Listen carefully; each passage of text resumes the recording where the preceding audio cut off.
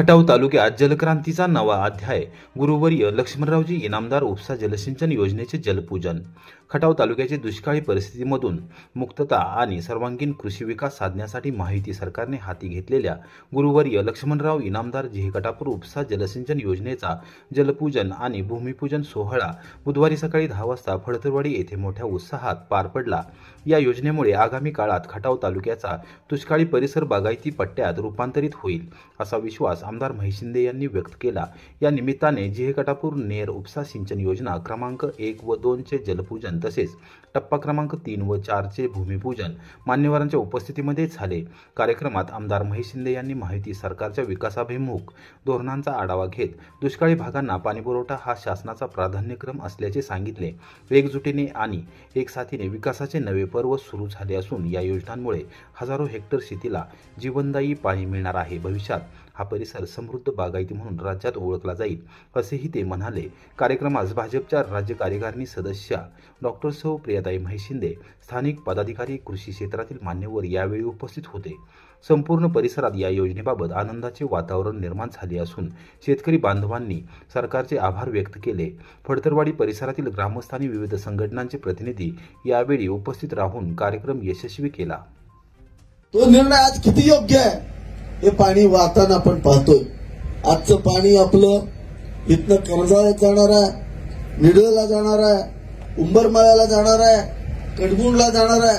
पण याच्या पुढचा जो टप्पा आहे त्या टप्प्यामध्ये हे पाणी धारपुडी आणि दर्जाईच्या तलावामध्ये पण पडणार आहे. त्याचंही काम आता आपण चालू करतोय.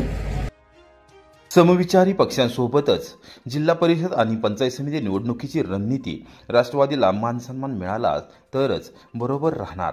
खासदार नितीनकाका पाटील. राष्ट्रवादी काँग्रेस पक्ष हा कोरेगाव तालुक्याच्या राजकारणाचा मुख्य केंद्रबिंदू असून स्वर्गीय यशवंतराव चव्हाण, शरद पवार आणि उपमुख्यमंत्री अजितदादा पवार यांच्या विचारांनी घडलेला तालुका आहे. त्यामुळे जिल्हा परिषद व पंचायत समिती निवडणुकीत समविचारी पक्षांनी मानसन्मान देत चर्चेने जागावाटप ठरवले तरच आम्ही त्यांच्यासोबत जाणार अशी स्पष्ट भूमिका सातारा जिल्हा मध्यवर्ती सहकारी बँकेचे चेअरमन तथा खासदार नितीनकाका पाटील यांनी मांडली.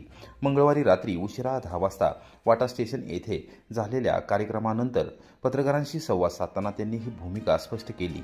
जिल्ह्यातील नगरपालिका व नगरपंचायत निवडणुकीमधील घडामोडी, आगामी जिल्हा परिषद व पंचायत समितीच्या रणनीतीवर ते बोलत होते. विधान परिषदेचे माजी सभापती आमदार श्रीमंत रामराजे नाईक निंबाळकर यांच्या राजकीय भूमिकेवरही त्यांनी प्रतिक्रिया दिली. साताऱ्यातील राजकारण समजून घेऊनच पक्षाची रणनीती आखली जात आहे. राष्ट्रवादी काँग्रेस पक्ष हा संघटन मजबूत असलेला पक्ष असून कार्यकर्त्यांच्या मान सन्मानासाठीच निर्णय घेतले जातील असे त्यांनी सांगितले. पक्षांतर्गत संवाद, समन्वय आणि योग्य वेळी योग्य निर्णय घेतल्यास राष्ट्रवादी काँग्रेस दमदार कामगिरी करेल असा विश्वासही त्यांनी व्यक्त केला. मी आमच्या पक्षाचं त्या बाबतीतलं धोरण जाहीर झालेलं नाहीये, पण जिथं सक्षम लोक आहेत आणि जी निवडून येण्यास पात्र आहेत अशाच उमेदवारांना पक्ष प्राधान्य देईल. आणि राष्ट्रवादी काँग्रेस पक्ष हा सर्व जाती जमातींना बरोबर घेऊन चालणारा पक्ष आहे. त्यामुळं आम्ही कुठल्याही ह्याच्यात असे मतभेद काही करत नाही. सर्व जाती समाजांना बरोबर घेऊन चालणारा पक्ष असल्यामुळं त्या पद्धतीने निश्चितपणाने येणाऱ्या इलेक्शनमध्ये जिल्हा परिषद असेल, पंचायत समिती असेल त्याप्रमाणे उमेदवार होते. उमेदवार आम्हाला ओबीसी मध्ये मिळाले तर ओबीसी निश्चितपणाने आम्ही उभी करू ना. यामध्ये म्हणजे हे असायचं काही कारणच नाही.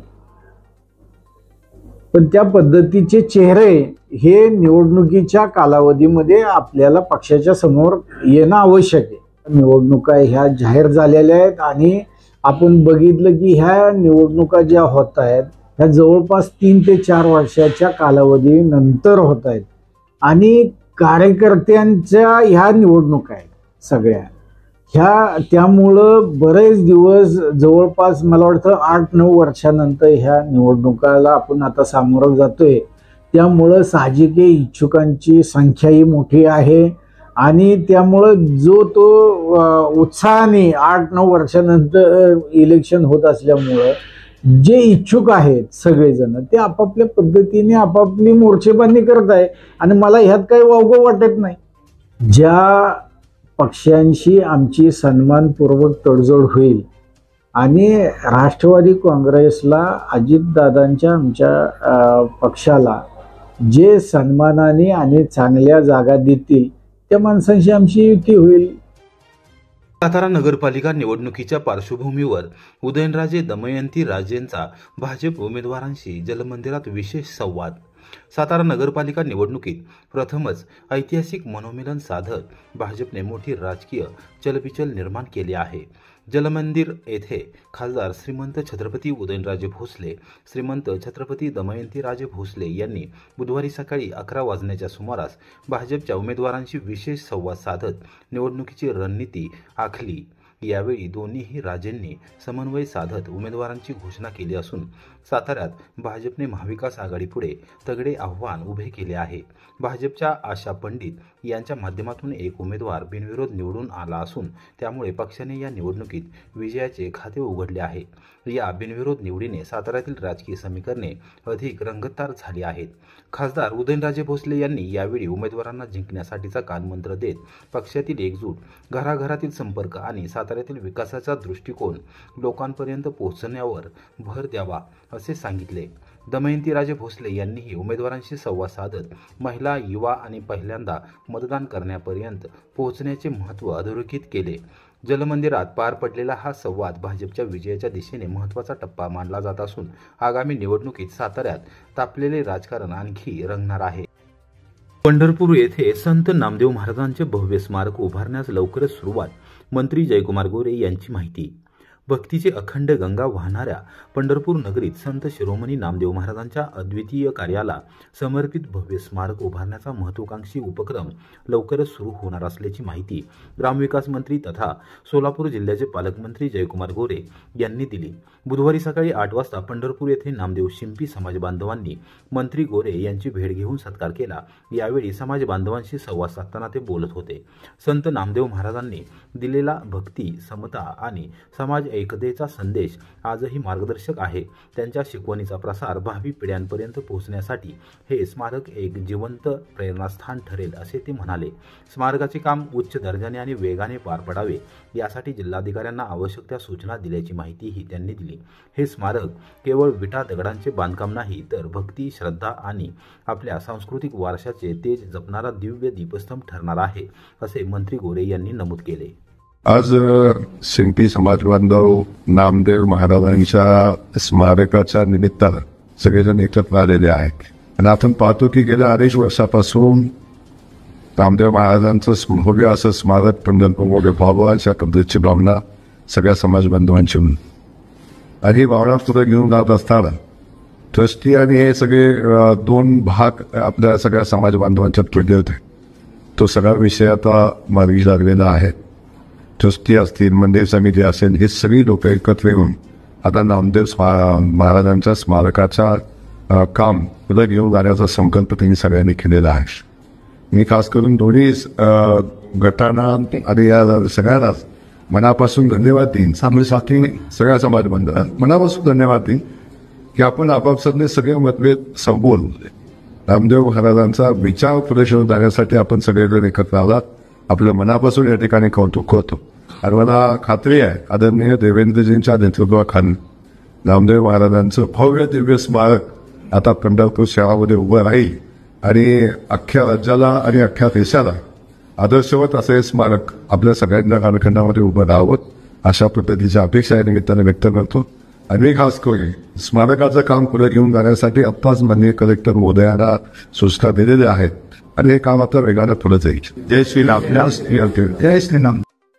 नागेवाडी येथे IT पार्क उभारणीचा मार्ग मोकळा, औद्योगिक क्षेत्र म्हणून जाहीर. मंत्री शिवेंद्रसिंहराजे भोसले यांनी दिली माहिती.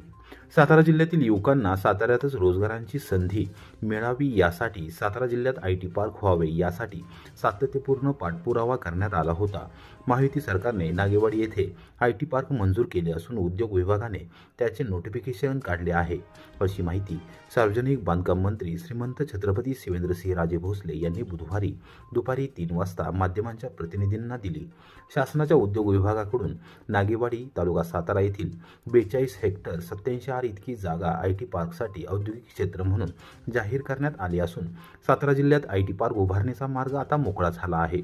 हा महत्त्वपूर्ण निर्णय घेतल्याबद्दल मुख्यमंत्री देवेंद्र फडणवीस, उपमुख्यमंत्री एकनाथ शिंदे, अजितदादा पवार, उद्योगमंत्री उदय सामंत यांचे मंत्री भोसले यांनी आभार मानले आहेत. सातारचं IT पार्क जे आहे त्याच्या जागेचा ज्याला नोटिफिकेशन आपण म्हणतो MIDC उद्योग विभागाकडनं काल काढण्यात आलेलं आहे. म्हणजे आता एक तर पहिलं तर हा IT पार्क आज शासनानं मान्य केला. आता त्याचं डेव्हलपमेंट चालू होईल. त्याचं रस्ते, तिथं लागणारी लाईट, पाणी आणि त्या 84 एकरांमध्ये इंडस्ट्रियल याच्यासाठी जे प्लॉटिंग करायला लागेल, म्हणजे IT इंडस्ट्री येण्यासाठी जे प्लॉटिंग करायला लागेल ते प्लॉटिंगचं त्याची सुरुवात ही आता MIDC कडनं चालू होईल. सगळ्यात महत्त्वाचं म्हणजे खिंडवाडीमध्ये किंवा नागेवाडी म्हणू आपण, कारण परिसर तो नागेवाडीचा येतो, तिथं हा IT पार्क सुचवण्याचं कारण एवढंच होतं की हायवेला तिथनं कनेक्टिव्हिटी जवळ आहे आणि सातारा पण तिथनं काही 7-8 किलोमीटरवरच आहे. सातारा शहर आणि खिंडवाडी, नागेवाडी काही लांब नाही. इंजिनिअरिंग कॉलेज तिथं झालेलं आहे रयतचं.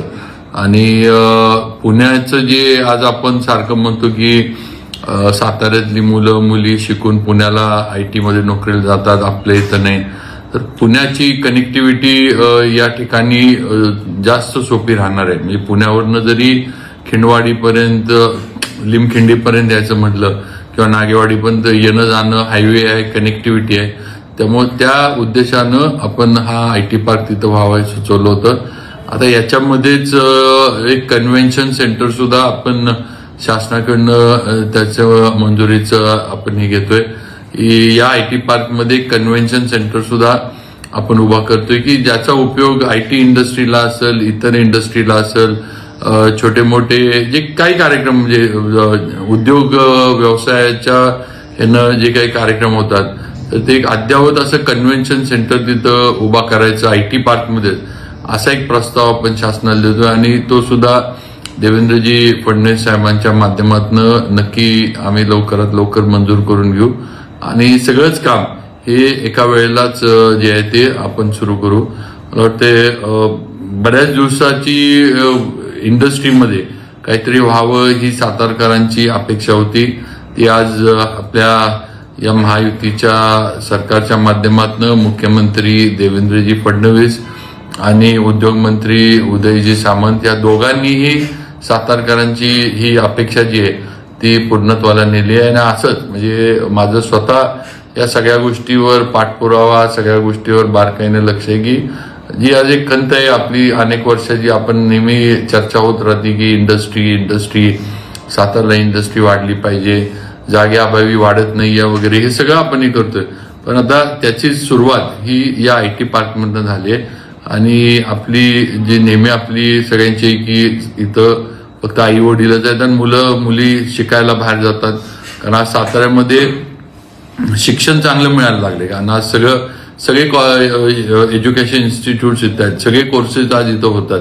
पण नोकरी म्हटलं की पुण्याला जायला लागतं, ही थोडी वस्तुस्थिती आहे. त्यामुळं या प्रकल्पाच्या माध्यमातून, या IT पार्कच्या माध्यमातून आमचा प्रयत्न आहे की मोठे IT इंडस्ट्री जे आहे ते इथं आणायचे. म्हणजे जसं आज विप्रो आहे, पर्सिस्टंट आहे, इन्फोसिस आहे, असे जे मोठे आणि इतर पण आहेत. म्हणजे आता ही ठराविक नावं आपल्याला पाठ आहेत म्हणून मी घेतोय, पण अशी जी आहेत ही इथं मोठे युनिट्स यावेत आणि पुण्याला गेलेल्या आपल्या मुलामुलींना इथं याच इंडस्ट्रीमध्ये इथंच त्यांना जॉब मिळावा हा प्रयत्न या सगळ्या IT पार्कच्या माध्यमातून आहे.